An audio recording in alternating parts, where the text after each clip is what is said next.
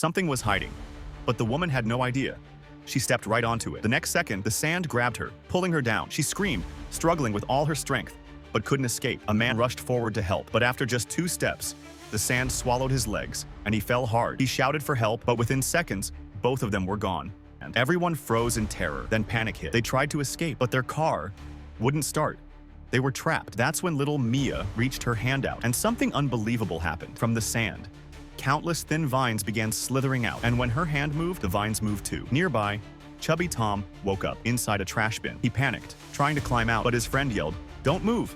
There's a man-eating monster under the sand." Tom froze. Then Mia spotted something strange, a broken egg lying a few feet away. Everyone remembered. Last night, during the party, they'd found a huge ball of meat and roasted it over the fire. What they didn't know was that it was the monster's egg. Fear hit them hard. If they stayed here, they'd be next.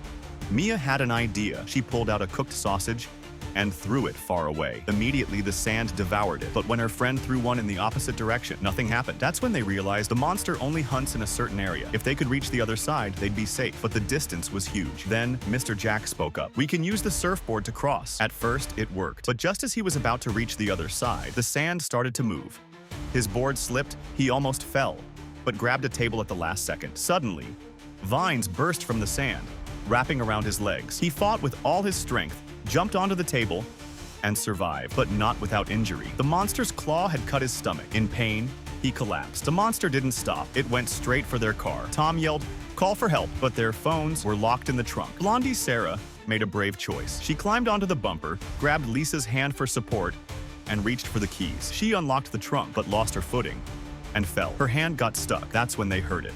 Police sirens. A patrol car pulled up. They shouted to the cop, warning him, "There's a monster in the sand. Don't get out." But he didn't believe them. He stepped out, and strangely, the monster didn't attack. Why? Because he was wearing boots. As long as bearskin didn't touch the sand, it was safe.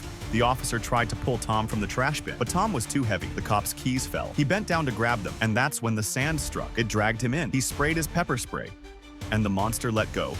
But it had already bitten off his arm. Screaming in pain, he collapsed, and the next second, the sand swallowed him whole.